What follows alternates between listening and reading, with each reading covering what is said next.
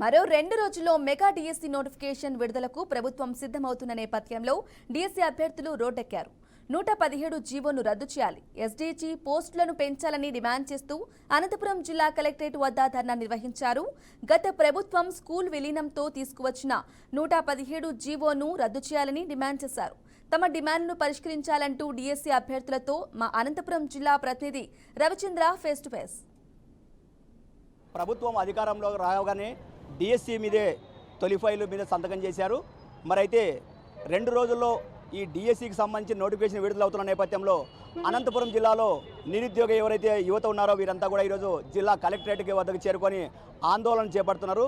ఏదైతే ఎస్జిటి పోస్టులు పెంచాలి, గత ప్రభుత్వంలో ఏదైతే ఇచ్చారో అవే పోస్టులనే ఇచ్చారు కాబట్టి ఆ పోస్టుల వల్ల మాకు న్యాయం జరగదు కాబట్టి డిఎస్సి అభ్యర్థులకు న్యాయం జరగాలి అంటే ఎస్జిటి పోస్టులను పెంచాలనే డిమాండ్తో జిల్లా కలెక్టరేట్ వరకు కూడా ర్యాలీ నిర్వహించి దీనికి సంబంధించి ఆందోళన చేస్తున్నారు.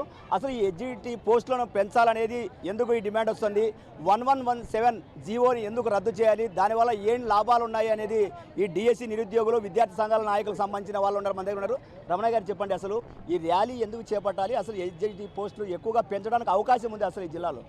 జీవో నెంబర్ 117ని రద్దు చేస్తే మన రాష్ట్రంలో జిల్లాల వేజుగా ఎస్జిటి పోస్టులను విడుదల చేయడం జరుగుతుంది. మరి జీవో నెంబర్ 117ను రద్దు చేస్తేనే ఎస్జిటి పోస్టులు పెంచే విధంగా పెరిగే విధంగా మరి కూడుకుంది.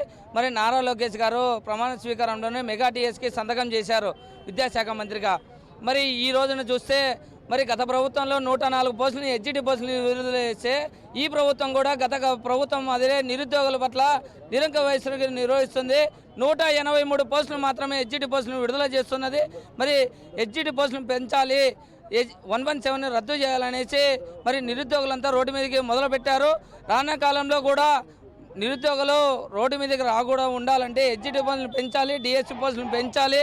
ఇప్పుడు ఈ జీవో రద్దు చేస్తే ఎన్ని పోస్టులు వస్తాయి, అసలు ఎస్జిటి పోస్టులు ఎందుకు వచ్చే అవకాశం ఉంది? అసలు ఎస్జిటి పోస్టులు అయితే ఖచ్చితంగా పెరిగే అవకాశం ఉంది సార్. యాక్చువల్గా ఎడ్యుకేషన్ మినిస్టర్ లోకేష్ గారు లాస్ట్ ప్రచారంలో వచ్చినప్పుడు జీవో 177 ఖచ్చితంగా రద్దు చేస్తారని చెప్పారు.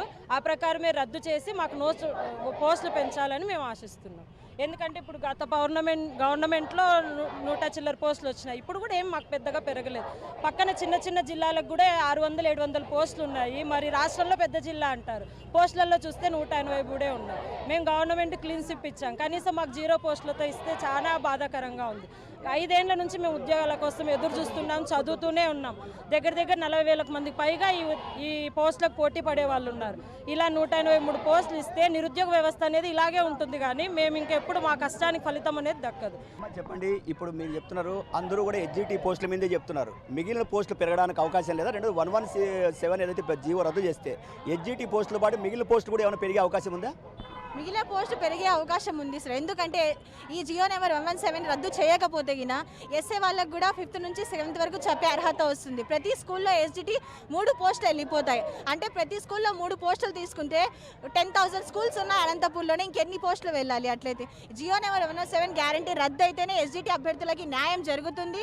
ఆ న్యాయం జరగాలని అనుకుంటున్నాం. ఎందుకంటే 2018 నుంచి మా గవర్నమెంట్ అనేది ఏం చేయలేదు సార్. జగన్ గవర్నమెంట్ చూసాము ఏం చేసింది, మనకి ఎలాంటి ఎంప్లాయ్మెంట్ ఇచ్చింది ఏమనేది. కానీ ఈ గవర్నమెంట్ ఎందుకు కోరుకుంటున్నామంటే హామీ ఇచ్చినారు, అన్ఎంప్లాయ్మెంట్ వెళ్ళిపోతుంది కానీ నిరుద్యోగ శాఖ తగ్గిపోతుంది, ప్రతి స్కూళ్ళలో గవర్నమెంట్ టీచర్స్ వస్తారు అని చెప్పినారు కాబట్టి గవర్నమెంట్ గెలిపించినాము అదే పనిగా. ఇప్పుడు 117 జీవో అనేది ఎందుకు ఇది ఇబ్బందికరంగా మారుతుంది? స్కూల్ ఏమైనా విలీనం చేయడం వల్ల పోస్టులు తగ్గాయి ఏమన్నా? సార్, ఇప్పుడు జీవో 117 అనేది ఎట్లుందంటే ప్రైమరీ స్కూల్ మనకు ఉన్నాయి కదా, ప్రైమరీ స్కూల్స్ 1 నుంచి 5వ క్లాస్ వరకు ఉంటాయి. దాన్ని తీసుకెళ్ళి 2nd క్లాస్ వరకునే ప్రైమరీ స్కూల్లో పెట్టేసి 3rd, 4th, 5th తీసుకెళ్ళి ఉన్నత పాఠశాలకు కలిపేస్తే ఇక్కడున్న పోస్టులు తగ్గిపోతున్నాయి. ఇక్కడ ఎస్జిటికి ప్రిపేర్ అవుతున్న వాళ్ళు ఎవరైతే ఉన్నారో ఎస్జిటి వాళ్ళు చాలా ఇబ్బందికరంగా చాలా పడుతున్నారు.